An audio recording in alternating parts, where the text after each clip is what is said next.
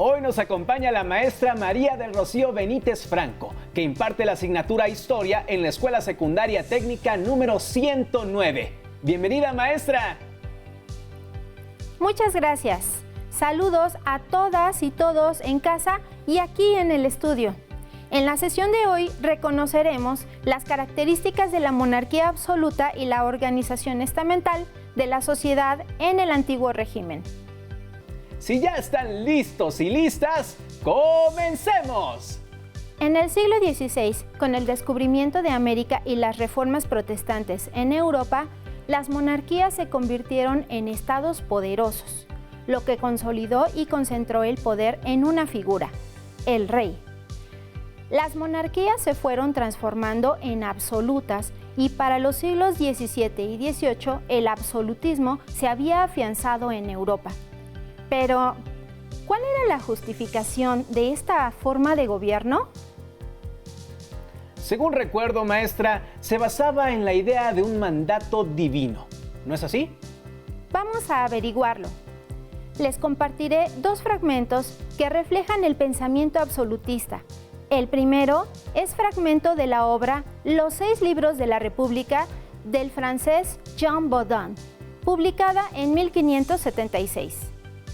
Dado que después de Dios nada hay de mayor sobre la tierra que los príncipes soberanos, instituidos por él como sus lugartenientes para mandar a los demás hombres, es preciso prestar atención a su condición para así respetar y reverenciar su majestad con la sumisión debida, y pensar y hablar de ellos dignamente, ya que quien menosprecia a su príncipe soberano, menosprecia a Dios, del cual es su imagen sobre la tierra. A fin de que pueda reconocerse quién es tal príncipe soberano, es necesario conocer los atributos que no comparte con los súbditos, puesto que, si se tratase de atributos comunes, no podría hablarse de príncipe soberano. Es preciso que los atributos de la soberanía sean tales que solo convengan al príncipe soberano, puesto que si son comunicables a los súbditos, no puede decirse que sean atributos de la soberanía. Del mismo modo que una corona pierde su nombre si es abierta o se le arrancan sus florones, también la soberanía pierde su grandeza si en ella se practica una abertura para usurpar alguna de sus propiedades. Al igual que el gran Dios soberano, no puede crear otro Dios semejante, ya que siendo infinito no puede, por demostración necesaria, hacer que haya dos cosas infinitas, del mismo modo que podemos afirmar que el príncipe que hemos puesto como imagen de Dios no puede hacer de un súbdito su igual sin que su poder desaparezca. El primer atributo del príncipe soberano es el poder de dar leyes a todos en general y a cada uno en particular. Con esto no se dice bastante, sino que es preciso añadir sin consentimiento de superior, igual o inferior. Si el rey no puede hacer leyes sin el consentimiento de un superior a él, es en realidad súbdito. Si de un igual, tiene un asociado. Y si de los súbditos, sea del Senado o del pueblo, no es soberano. Bajo este mismo poder de dar y anular la ley, están comprendidos todos los demás derechos y atributos de la soberanía. De modo que, hablando en propiedad, puede decirse que solo existe este atributo de la soberanía.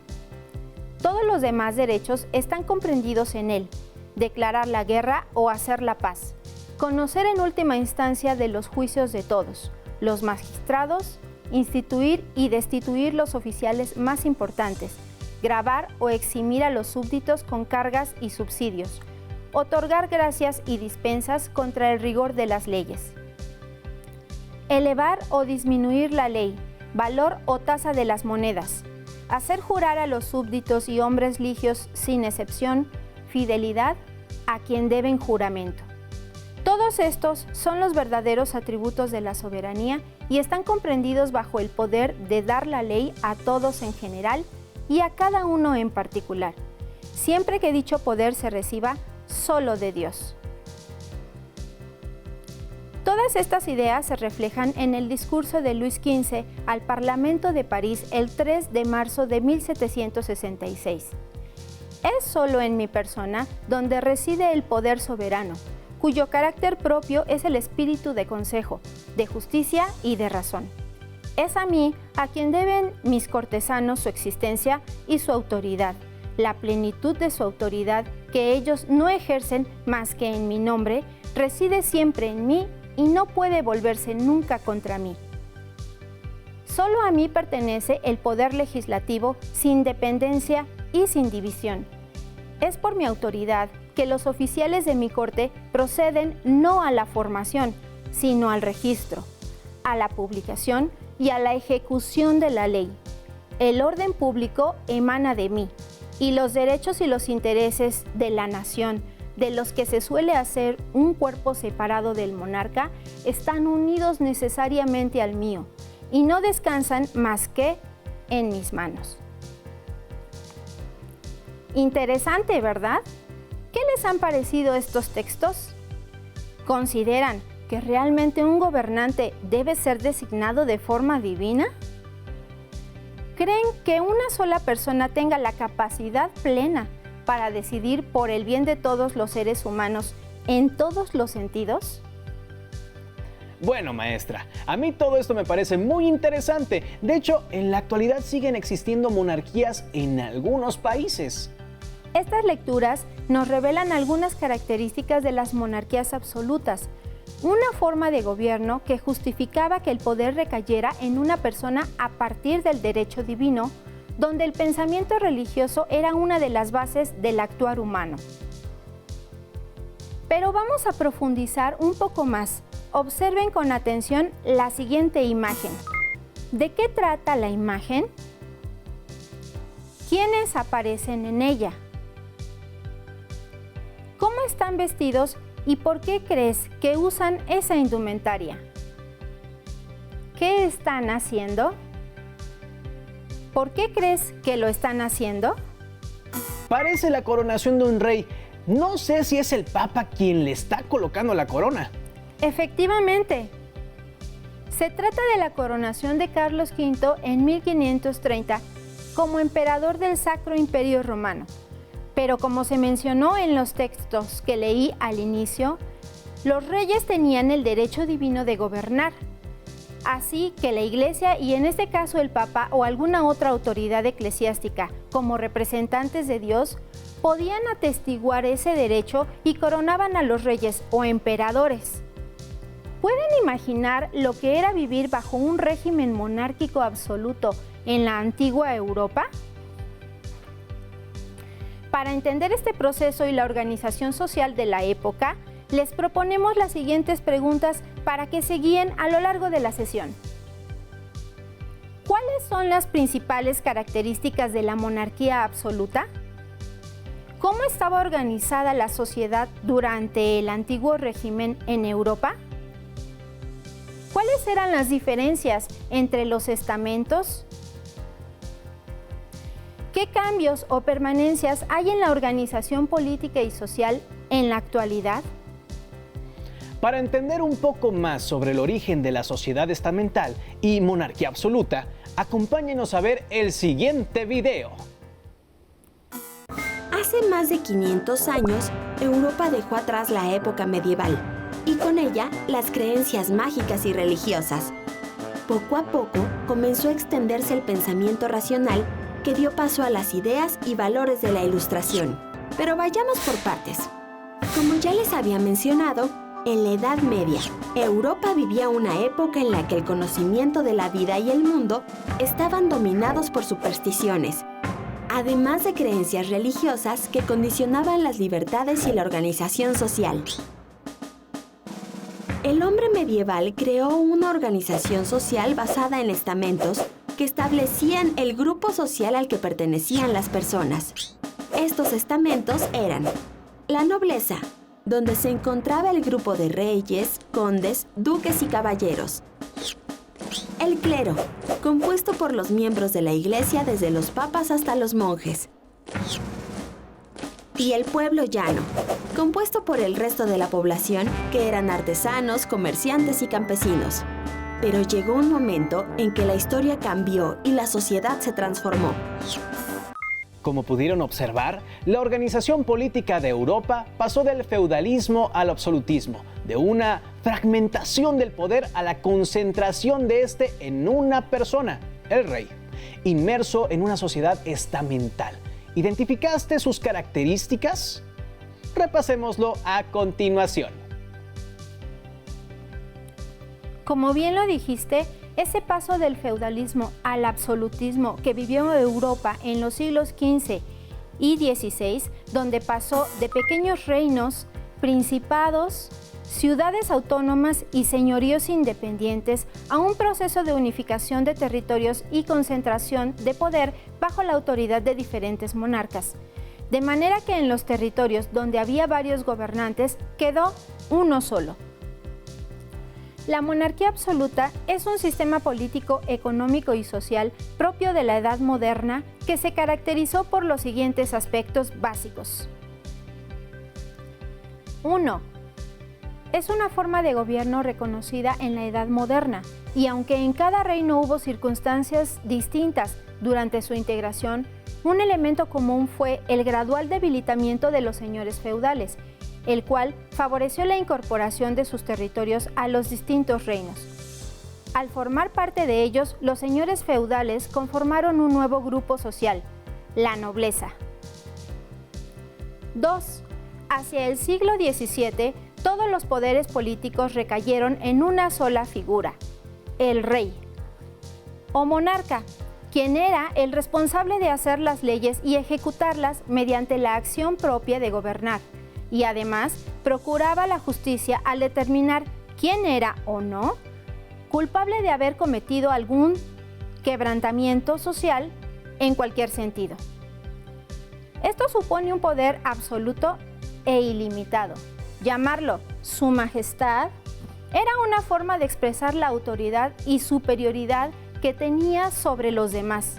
Debido a la concentración de poder en una sola persona, a estas monarquías se les ha llamado absolutistas. 3. Los monarcas basaron su poder en el derecho divino, es decir, se basaba en la creencia de que Dios los había designado a ellos y a su familia para dirigir los destinos del reino, y así, si alguien osaba atacar o contradecir al monarca, estaba literalmente atacando y contradiciendo a Dios. En consecuencia, estaban al frente de la monarquía hasta su muerte o abdicación, momento en el que sus familiares directos se convertían en los sucesores al trono. Por tanto, las monarquías eran vitalicias y hereditarias. Uno de los monarcas representativos de la monarquía absoluta fue Luis XIV de Francia, también conocido como el Rey Sol, quien mandó construir el fastuoso Palacio de Versalles, ya que una de las facetas de los soberanos era materializar su poder para que todos lo pudieran constatar y apreciar. Por ejemplo, ordenaban realizar pinturas de sí mismos. Estos retratos buscaban reflejar la magnificencia de sus personalidades y trascender la privilegiada posición del soberano. En sus escritos también sustentaban su potestad. Luis XV, monarca francés sucesor de Luis XIV, en su discurso del 3 de marzo de 1766 expresó la frase: «Es solo en mi persona donde reside el poder soberano», como ya lo escuchamos en nuestra lectura del texto anterior. La autoridad soberana del monarca trascendió también la música y la danza, expresiones artísticas cuyos autores del periodo, ya sea por decisión propia o no, ponían a disposición del soberano sus talentos y obras, como por ejemplo la música de Mozart, que desde muy joven tocaba y componía para la realeza, o en la danza, el ballet clásico que desde Italia impulsó en Francia Catalina de Medici. Pero a partir de esta forma de gobierno, ¿cómo estaba organizada la sociedad? En el video anterior se mencionó a la sociedad estamental. ¿A qué se refiere con eso? La sociedad estaba organizada en estamentos que eran segmentos de la población definidos por características o condiciones de nacimiento. un estilo común de vida y una función social similar, además de sus privilegios y obligaciones. Se reconocen 3 estamentos: el primer estado o nobleza, el segundo estado o clero y el tercer estado o estado llano. La conformación y posición de cada estamento se adquiría por nacimiento, siendo entonces que la posibilidad de cambiar de nivel estamental era casi nula. La jerarquización era determinante en el desenvolvimiento de la vida cotidiana, generando una aguda desigualdad social que mantenía altos privilegios para la nobleza y el clero, en contraste notorio con la población que era parte del tercer estado. El primer estado o nobleza se dividía en nobleza alta, cuyo nacimiento deviene de un linaje y o título nobiliario. Así, estaba integrado por el rey, los príncipes, duques, condes y marqueses, y su respectivo tronco familiar. El fundamento de su poder residía en el derecho divino otorgado por Dios. Como dato particular, he de decir que el papel de la mujer, aunque acotado, también incidía en el devenir histórico. Nobleza baja. Servían a la nobleza alta. Eran caballeros, nobleza de toga e hidalgos.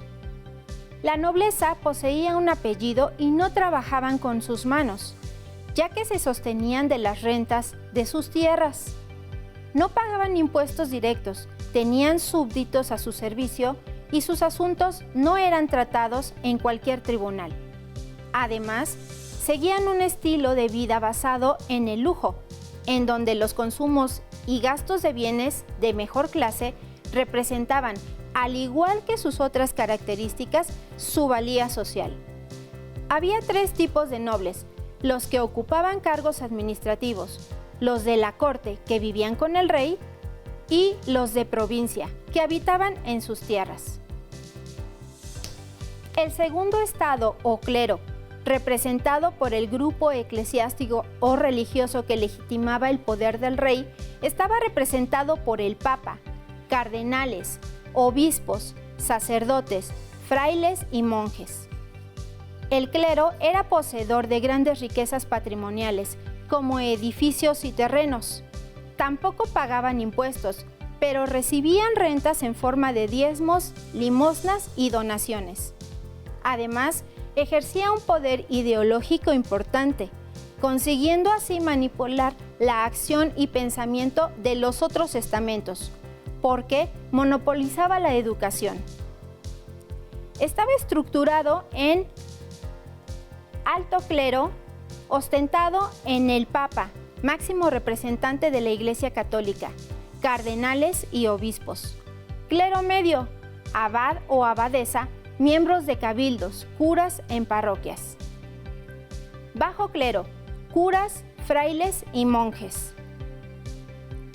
El tercer estado o estado llano estaba conformado por el resto de la población.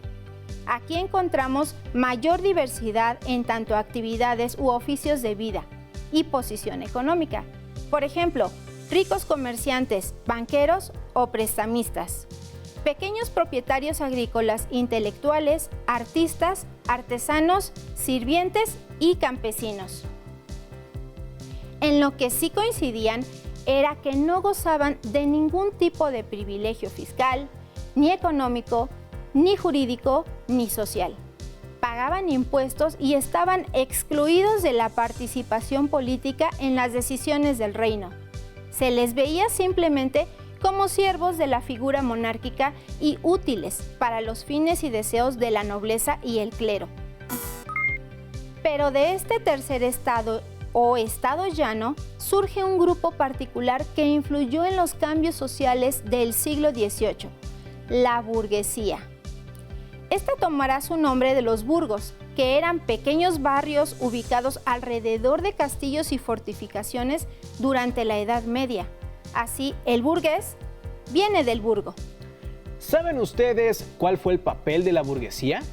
Veamos el siguiente video. Las palabras son testigo de la historia, ya que pueden mostrarnos cómo van cambiando las ideas a través del tiempo. Es difícil imaginar el mundo actual sin algunas palabras que surgieron hace mucho tiempo y que representan profundos cambios en las relaciones entre las personas. Una de esas palabras es burguesía, que se volvió muy importante a partir de la Revolución Industrial y la Revolución Francesa. La palabra burgués surgió en el siglo VI, en la Edad Media. El crecimiento económico y de la población llevó a quienes no tenían tierras a vivir en los alrededores de los castillos de los señores feudales. Estos lugares fueron llamados burgos y a sus habitantes burgueses. Había dos tipos de burgueses: los artesanos y pequeños mercaderes, y los banqueros y grandes comerciantes. En la actualidad, existen ciudades que conservan el nombre original de Burgos, como Hamburgo, Magdeburgo y Friburgo en Alemania, Estrasburgo en Francia y Burgo de Osma o Burgos en España. A partir del siglo XIII, las diferencias entre los dos grupos de burgueses se hicieron más notorias. Por un lado, los grandes comerciantes y banqueros. Por otro lado, estaban los artesanos, sirvientes y pequeños comerciantes. Con el paso del tiempo, muchas familias burguesas se relacionaron con la nobleza por medio de alianzas matrimoniales. Esta relación con la nobleza llevó a algunos burgueses a ejercer el poder local.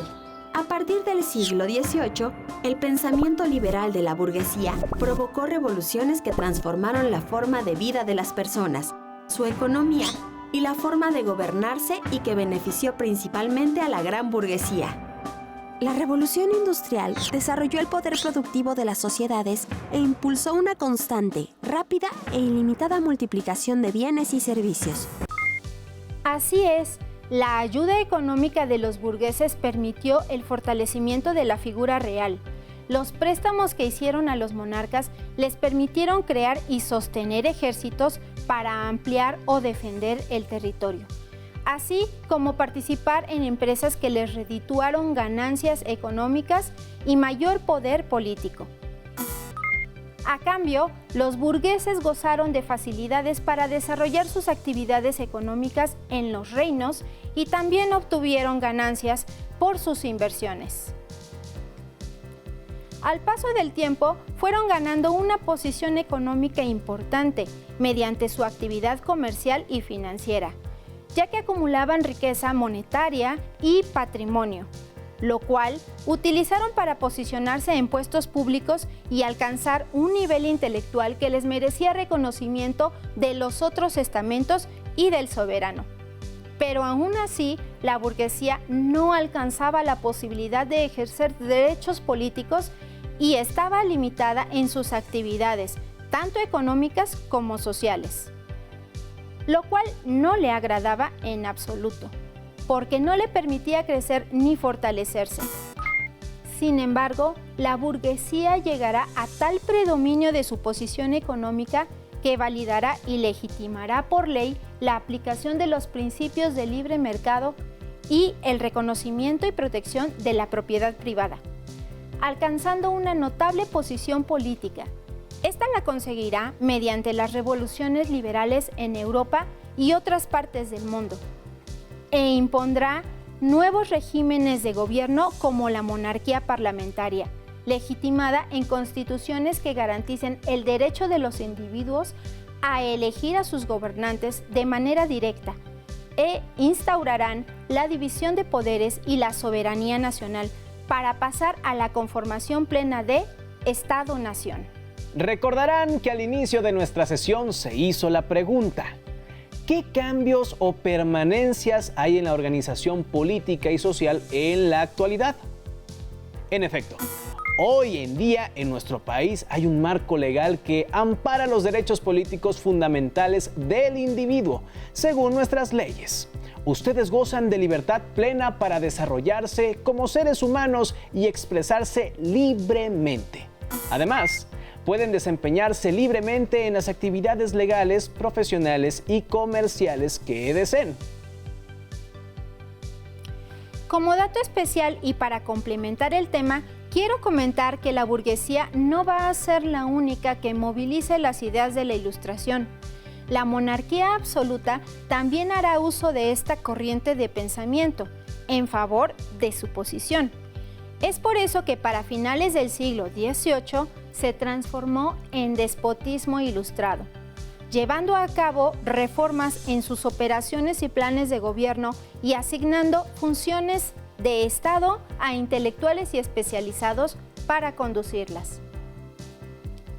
Y bien, para ir cerrando con este contenido, ahora tenemos los elementos para identificar las características de la monarquía absoluta y su influencia en Europa entre los siglos XVI y XVIII. Reconocer la organización de la sociedad estamental en Europa durante el antiguo régimen. Identificar la clase burguesa y su influencia durante el periodo del liberalismo. Con todo lo anterior, podemos retomar las preguntas que se plantearon al inicio de la sesión y reflexionenlas. ¿Cuáles son las principales características de la monarquía absoluta? ¿Cómo estaba organizada la sociedad durante el antiguo régimen en Europa? ¿Cuáles eran las diferencias entre los estamentos? En su libro de texto resalten con color los párrafos que identifiquen las características de la monarquía absoluta y la sociedad estamental. Ahora es momento de proponerles un reto que desarrollarán a lo largo de la semana con el contenido de los temas que verán en las siguientes sesiones de Historia Primer Grado. Y realicen una historieta con el contenido de esta primera sesión de la semana. Pueden iniciar incluyendo las características de la monarquía absoluta y la sociedad estamental. Les sugiero incluir a los siguientes personajes. Primer estamento: al monarca, rey, reina y nobleza y la corte del rey. Segundo estamento: integrantes del clero. Tercer estamento: resto de la población. Ejemplo: campesinos, comerciantes, pobladores con diferentes oficios y actividades. Pueden retomar las características que se mencionaron en esta sesión. Recuerden, realicen una historia propia y sean creativos. Apóyense en los aprendizajes y contenidos sobre la monarquía y orden estamental con los que ahora ya cuentan. Y echen a volar su imaginación para desarrollar las imágenes y textos en los diálogos. No olviden utilizar material de reciclado que tengas en casa como hojas de reuso y cartón de empaques. Cuidemos nuestro medio ambiente. Recuerden que este tema lo pueden encontrar en su libro de texto gratuito en el bloque 1. También podrán consultar otras fuentes bibliográficas digitales y audiovisuales que tengan a la mano. ¡Listo! Terminamos, pero aún nos queda mucho por explorar y descubrir. No olviden invitar a su familia para compartir su aprendizaje. Les pedimos que sigan en sintonía con nosotros y continúen llevando a cabo todas las medidas de higiene para que rápidamente podamos estar en la escuela. Así que nos vemos pronto aquí en Aprende en Casa 2.